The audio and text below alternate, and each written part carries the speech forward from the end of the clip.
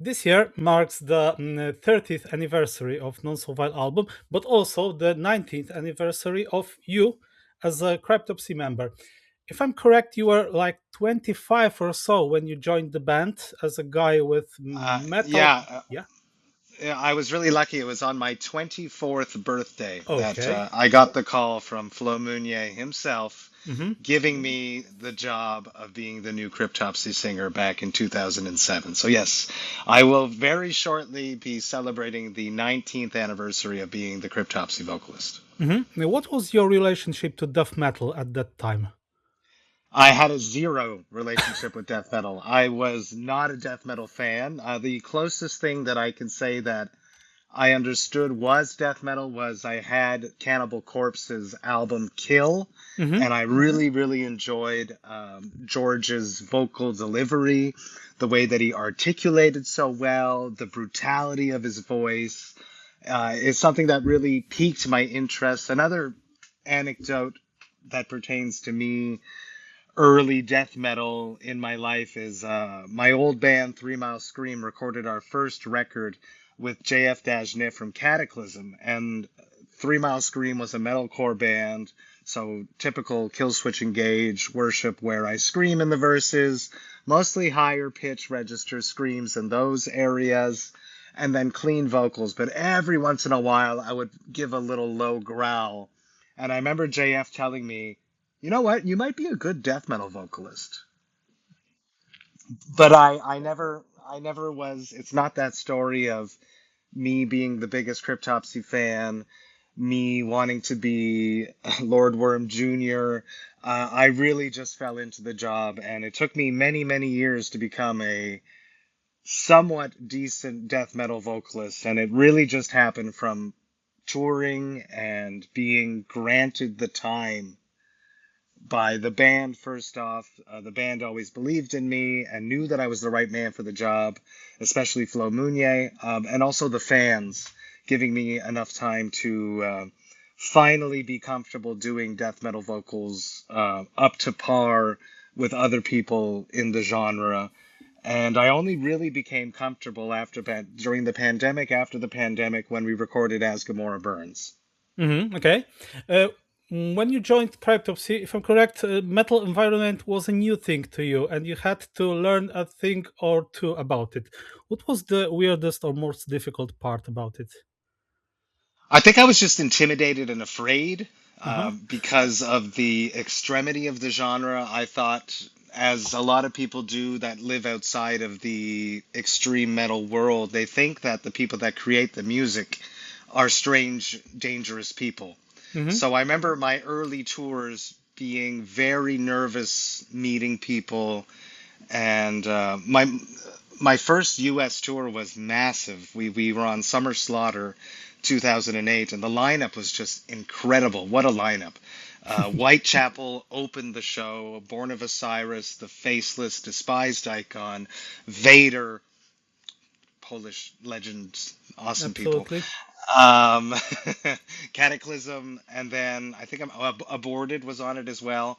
And then headlining was Black Dahlia Murder. And I just very quickly on that tour realized that everybody is just a cool, nice person, and that the extremity is a form of catharsis and a way to unleash the demons so that they don't come out in real life. So no one was a better example of that. And rest in peace, because he's the fucking best. Trevor from Black Dahlia Mm-hmm. was so welcoming, so warm, just amazing. And Maurizio from Cataclysm too was so. He had gone. I didn't know the history because I wasn't in the genre at that time, but he had some hard time filling in for Sylvain when he took over, and he knew basically what I was going through Uh huh. on the Unspoken King at a different way. You know, they cut their hair when he came back doing vocals back in the 90s, and they ate a lot of flack for that, the same way that Cryptopsy did. And he was very supportive of me, and it's still always amazing to see whenever I see him. So I think that was the biggest shock, was just that I was so intimidated by being an imposter, because I was, Mm-hmm. and then the lore of not understanding that these people were just normal people like me. Mm-hmm. Okay. Uh, about the Unspoken King album, who came up with the idea of having a keyboard player, some clean vocals, some Yes. metalcore parts? It was very. In another interview, you said it was difficult for you to cope with the fact that there was no clear leader in Cryptopsy at that time. So, whose concept was that actually? I think it was no. It was probably a lot of Flo's ideas and other members. Hmm. I've had a lot of time to reflect upon this, and I've spoken about it at length in other interviews. I think the biggest issue with that record was that it was the first record that they wrote without Jean Levasseur. Hmm. Like John wasn't on, once was not, but he did contribute to the writing, and John definitely understood what Cryptopsy was, what Cryptopsy needs to be, what the envelope can be pushed, but only so far. The Unspoken King was an era where there was many people fighting for control of the band, Yeah. and everybody wanted to have their ideas, and that's what it sounds like, and that's what it is. And they wanted to Hmm. add textures, and they had just toured with Dimmu Borgir before, a few years before, and they liked the whole theatrical elements of it. So hence having a keyboard player, which no disrespect to Maggie, they didn't do that much. They never played a show with us. She never was around when they were writing. The guys basically had to tell her what to do most of the time. So it was a very, very unclear process as to what was happening in the band when I joined. I joined coming from Three Mile Scream. We would practice 3 to 4 times a week religiously. It's your mother's birthday. I don't care. It's your birthday. It's you got your sister's favorite thing in the world to do. You don't miss it for anything. You go to band practice. And when I got that phone call in June, coming up, my birthday's coming up. Back in 2007, I would call Flo once a week. When are we jamming? What's happening? And nothing was happening Hmm. until I think we had a tour booked. I think it was February. We pushed it back, my first tour, because Flo had hurt his knee in Mexico, and it was in early 2008. And we only started getting together and working, I think, late 2007, if that, early 2008. So I had no idea what was going on. The guys had their ideas of what they wanted the album to be. Flo definitely wanted to have clean vocals. He's a huge Mike Patton fan, someone that does a lot of extreme things with their voice. He's a huge Deftones fan, so he wanted to incorporate more melodies. And that's what happened. And that's how I got the gig, because I could do the screams and the clean vocals. And I was exactly what they needed at that time, but not in the fans' eyes. Hmm. And I'm okay Speaking with that. Speaking of fans and critics, was the feedback universally negative? I mean, what I got It here was majority, yeah. is the Terrorizer magazine with a Okay. review, and the review is pretty enthusiastic. The Oh, album was rated 8 out of 10. wow. Did actually everyone hated it? Because I'm sort of a fan. I'm not sure if you Well, see thank you. my It's outfit today. I don't, because my head's It's very the small. Unspoken King merch Oh, zipper. wow. From that tour, from my Hmm. first Euro tour with Decrepit Birth and Unmerciful. Wow. Um, I think, and Flo has said this before, and I think he's right. He just mentioned it on the Garza podcast that we were on. It Hmm. became a trend to hate us.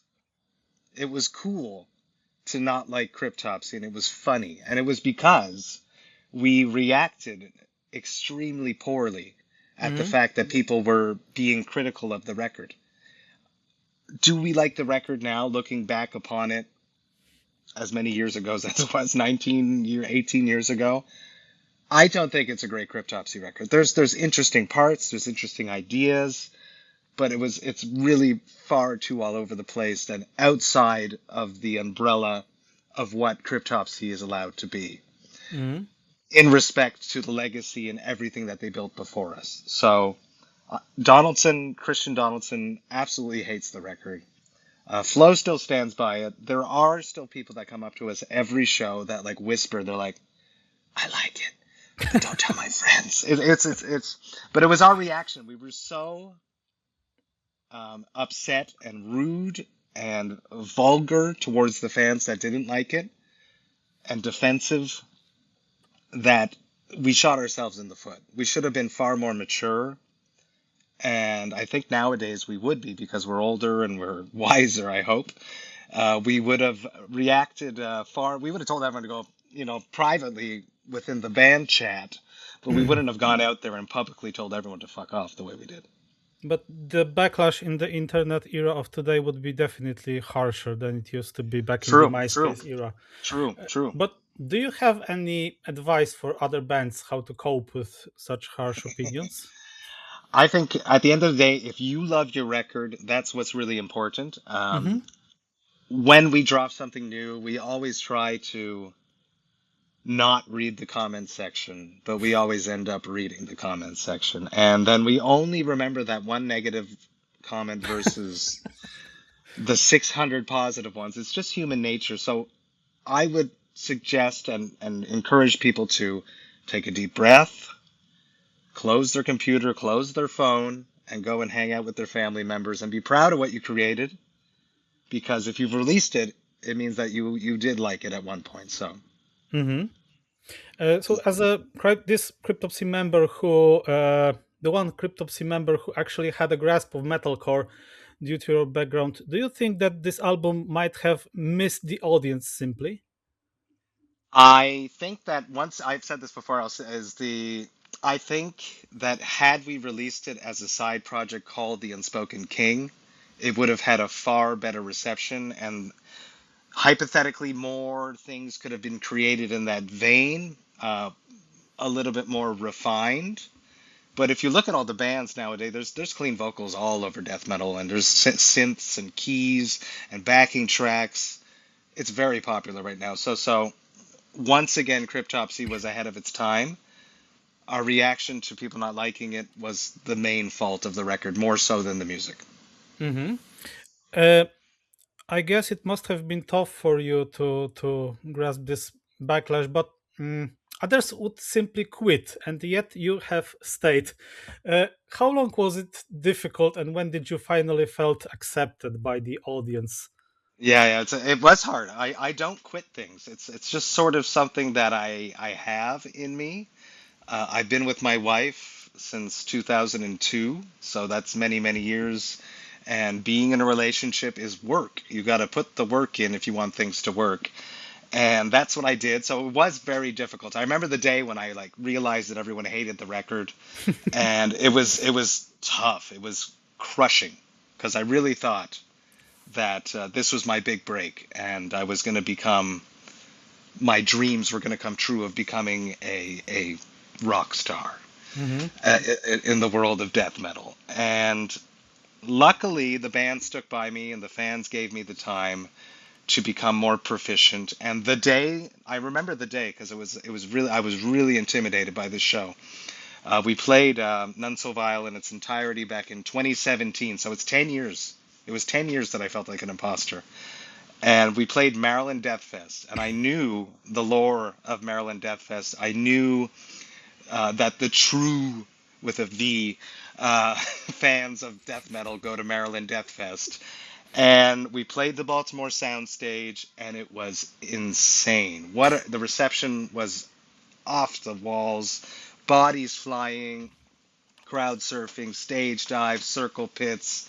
And I remember that night just being like, I think I even said it on stage, thank you for accepting me Mm-hmm. as the vocalist. And I know that I definitely said it when we played there back in 2024 when we played outside there. I know I said it then, and I thanked the crowd again because it changed after that. My perspective of my role in the band changed, and I could relax a little bit more and have fun and enjoy myself on stage rather being terrified that I'm going to fuck up and that people are going to judge me more. Mm-hmm.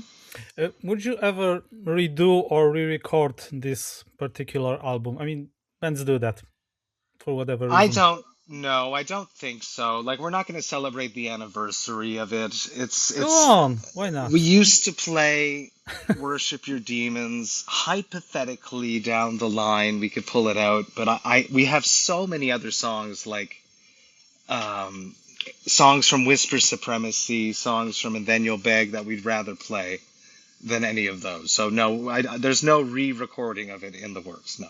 Okay. So when did you figure out that Non So Vile got huge and bigger than it ever was and more popular?